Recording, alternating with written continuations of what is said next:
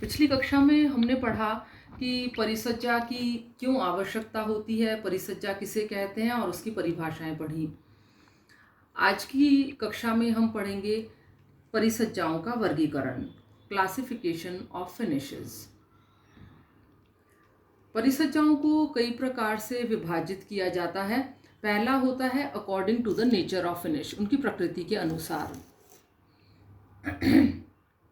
वस्तु पर की जाने वाली परिसज्जाओं और प्रकृति और परिष्कृति को स्थायी, अस्थायी, गीली और सूखी विधि के द्वारा परिसज्जा, यांत्रिक और रासायनिक परिसज्जा आदि कई प्रकार से इन्हें पढ़ा जाता है। लेकिन मुख्य रूप से हम इससे दो तरह से पढ़ते हैं, फिजिकल और मैकेनिकल फिनिश और केमिकल फिनिश। फिजिकल या मैकेनिकल फिनिश को बोलते हैं यांत्रिक परिसज्जा। यांत्रिक परिसज्जा मशीनों के द्वारा दी जाती है, जैसा नाम से ही क्लियर है, यंत्र यानी मशीन्स। तो मशीनों के द्वारा ये परिसज्जा दी जाती है। इसमें वस्त्र को मशीन के द्वारा कसकर तानना, टेढ़े मेढ़े आकृति के वस्त्र को सीधा करना, इस्त्री करना, सतह को चिकना करना, रॉएं उठाना, नक्काशी करना, मॉयरिंग, टेंटरिंग, कैलेंडरिंग, सैनफोराइजिंग, बहुत से तरीके होते हैं जिनको हम आगे स्टडी करेंगे। दूसरी तरह की परिसज्जा होती है केमिकल फिनिश, जिसमें कि कई प्रकार के रासायनिक पदार्थों पर से वस्त्र को गुजारा जाता है और उसको उपयोगी बनाया जाता है, जैसे कि मर्सराइजेशन, इजी केयर फिनिश आदि। उनकी परफॉर्मेंस या कार्यक्षमता के अनुसार भी फिनिशेस को कई बार दो तरह से डिवाइड किया जाता है। एस्थेटिक फिनिश, जिसमें आ जाती है calendering, fulling, mercerisation, napping, prills, sharing.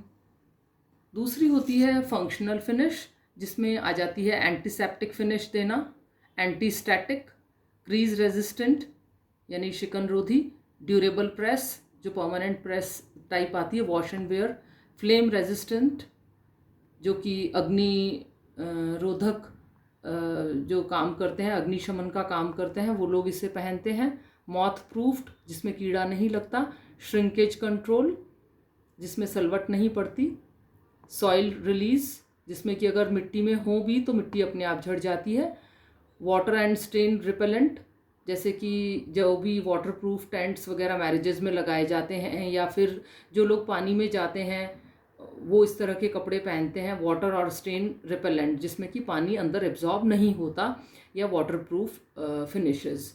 तो ये विभिन्न प्रकार की फिनिशेस हैं जो वस्त्रों में दी जाती है। हमने दो प्रकार की परिसज्जाओं का वर्गीकरण पढ़ा सबसे पहले, जिसमें पहला था यांत्रिक परिसज्जा जो कि यंत्र और मशीनों से होती है, और दूसरी थी रासायनिक परिसज्जा जो कि रसायनों के द्वारा दी जाती है। तो सबसे पहले हम करेंगे यांत्रिक परिसज्जा। नाम से ही क्लियर है, मशीनों के द्वारा ये परिसज्जा वस्त्रों के ऊपर दी जाती है। इसमें ये आप देख रहे हैं चित्र में भी, मशीन के द्वारा कसकर तानना, टेढ़े मेढ़े आकृति के वस्त्र को सीधा करना, आयरन करना यानी इस्त्री करना, सतह को चिकना करना, रॉएं उठाना, नक्काशी करना, कुटाई करना, विरंजित करना, मॉयरिंग करना, टेंटरिंग करना आदि प्रक्रियाएं आती हैं। यांत्रिक परिसज्जाएं निम्न प्रकार की होती हैं। सबसे पहले होती है कुटाई करना यानी बीटिंग। करघे पर से बुनकर तैयार किए गए वस्त्र ग्रे गुड्स कहलाते हैं और इनकी सतह कड़ी, रूखी, खुरदरी होती है। वस्त्र में जगह जगह से छिद्र दिखाई देते हैं और वस्त्र झिरझिरे और लिजलिजे होते हैं, और इसीलिए वस्त्र की सतह को सघन, कोमल, चमकदार और चिकना बनाने के लिए कुटाई की प्रक्रिया की जाती है। इस प्रक्रिया में वस्त्र को मशीन में लगे रोलर पर से गुजारा जाता है। मशीन में लोहे की कई हथौड़ियां लगी होती हैं। रोलरों पर चढ़ा वस्त्र घूमता जाता है और दूसरे रोलर पर लगी हथौड़ियां क्रमबद्ध तरीके से गिरती उठती रहती हैं, और इस प्रकार वस्त्र की कुटाई होती रहती है। कुटाई प्रक्रिया से वस्त्र के बीच में बने छिद्र भर जाते हैं, धागे दबकर चपटे हो जाते हैं, रचना सघन हो जाती है और सतह चिकनी और चमकदार हो जाती है। और बच्चों, ये परिसज्जा मुख्यतः कपास और लिनन के वस्त्रों पर दी जाती है। दूसरी प्रकार की यांत्रिक परिसज्जा होती है सतह को झुलसाकर चिकना करना, जिसे बोलते हैं सिंजरिंग। सिंजरिंग विधि से वस्त्र की सतह को चिकना किया जाता है। तैयार वस्त्र की सतह पर जगह जगह से रोएं, गांठें, धागे के सिरे, फुज्जी आदि निकले रहते हैं। इन्हें झुलसाकर साफ किया जाता है। इस प्रक्रिया के लिए वस्त्र को 2 तांबे के रोलरों के बीच से होकर गुजारा जाता है। ये रोलर वाष्प द्वारा गर्म रहते हैं। सर्वप्रथम रोलर वस्त्र की सतह पर सटे रोएं, गांठें आदि को ऊपर उठा देता है। इसके बाद वस्त्र को तेजी से गर्म प्लेट से निकाला जाता है, जिससे रोएं झुलसकर समाप्त हो जाते हैं और वस्त्र की सतह चिकनी हो जाती है। तीसरा प्रकार होता है रोएं को काटना और झाड़ना। इसे कहते हैं शीयरिंग एंड ब्रशिंग। इस प्रक्रिया के द्वारा भी वस्त्र की सतह की संरचना को चिकना बनाया जाता है। इस प्रक्रिया में सतह पर चिपके रोएं और गांठे को काटकर ब्रश से झाड़ दिया जाता है। शीयरिंग का मतलब ही होता है कि झाड़ करके और अलग कर देना। तो जो भी गांठें वस्त्र को भद्दा बनाती हैं, उन्हें काट करके और झाड़ दिया जाता है। इस परिसज्जा के लिए मशीन का उपयोग किया जाता है, जिसमें कि 2 रोलर्स लगे रहते हैं। इनमें से जो एक रोलर होता है, उसमें एक तेज चाकू और ब्रश भी साथ में लगा होता है। रोलर पर चढ़ा कपड़ा जैसे जैसे घूमता जाता है, ब्रश जो है वो रोएं, धागे के सिरे, गांठें और फुज्जी को पकड़कर खींचता है और चाकू उन्हें शीघ्रता से काटता चलता है और इससे जो वस्त्र हैं वो चिकने और कोमल हो जाते हैं। जैसे आप देख रहे हैं, ये तो बिना शेयरिंग का वस्त्र है और ये शेयरिंग के बाद कितना साफ सुथरा सा लग रहा है वस्त्र। तो जो वस्त्र के जो भी रोएं होते हैं, धागे होते हैं, उनको जब जैसे जैसे रोलर से घूमते जाते हैं, वैसे वैसे ब्रश उनको ऊपर उठाता जाता है और जो चाकू है वो तेज धार से उनको काटता चलता है, जिससे कि वस्त्र की सतह बिल्कुल चिकनी और साफ हो जाती है। चौथे प्रकार की परिसज्जा होती है कड़ा करना एवं भरना, साइजिंग एंड ड्रेसिंग। इस परिसज्जा के द्वारा वस्त्र की सतही संरचना के दोषों को दूर किया जाता है और छिपाया जाता है। इससे वस्त्र में नवीनता, ताजगी और कड़ापन लाया जाता है। परंतु यह परिसज्जा अस्थायी होती है और 2-4 धुलाई के बाद ही समाप्त हो जाती है। वस्त्र को कड़ा करने के लिए स्टार्च, मांड, गोंद, gelatin, magnesium sulphate, magnesium chloride, चीनी मिट्टी आदि का प्रयोग किया जाता है। कई बार वस्त्र को चिकना बनाने के लिए तेल, पैराफिन, मोम आदि का प्रयोग भी किया जाता है। वस्त्र में कड़ापन, साइजिंग लाने के लिए वस्त्र को 2 रोलरों के बीच से होकर गुजारा जाता है। रोलर को एक हौज में रखा जाता है। इसी हौज में कड़ा करने वाले पदार्थ को पानी में घोलकर रख दिया जाता है। इन्हीं हौजों में से दोनों रोलर डूबते हुए निकलते रहते हैं।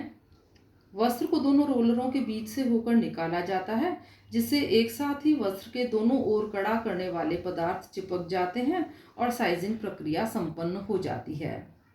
साइजिंग के उपरांत वस्त्र में चिकनापन, चमकदारपन आ जाता है और वस्त्र आकर्षक हो जाता है।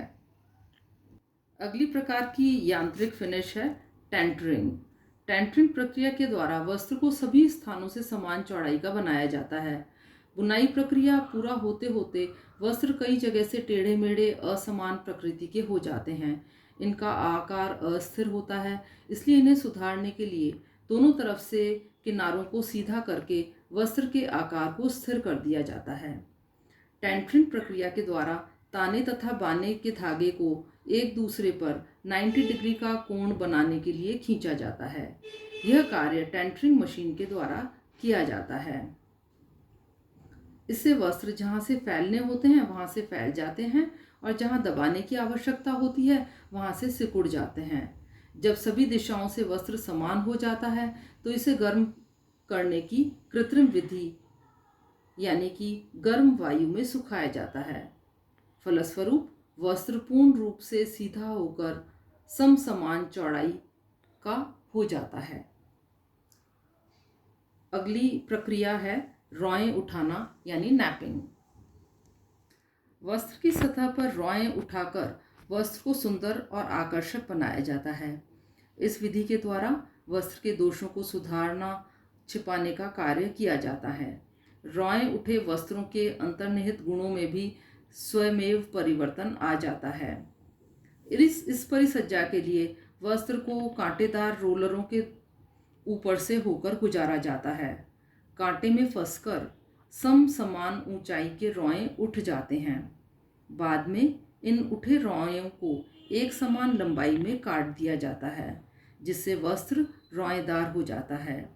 इससे वस्त्र में कोमलता एवं उष्णता यानी वार्मथ आ जाती है। क्लॉथ सॉफ्ट भी हो जाता है और उसमें वार्मथ का गुण भी समाहित हो जाता है।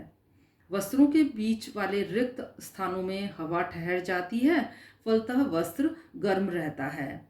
सूती वस्त्र से फ्लैनेल के वस्त्र इसी विधि के द्वारा बनाए जाते हैं। तो बच्चों, आज की कक्षा में हमने विभिन्न प्रकार की यांत्रिक परिसज्जाएं करी। पहली थी कुटाई करना, जिसे बोलते हैं बीटिंग। दूसरी थी सिंजरिंग, सतह को झुलसाकर चिकना करना है। तीसरी थी शेयरिंग एंड ब्रशिंग, रॉय को काटकर और झाड़ना। चौथी थी साइजिंग एंड ड्रेसिंग, कड़ा करना और भरना। पांचवी थी टेंटरिंग और छठी और लास्ट हमने आज करी रॉय उठाकर नैपिंग। आशा है आज का लेक्चर आपको पसंद आया होगा और आप इसे समझ करके और नोट्स बना करके और तैयार करेंगे। धन्यवाद।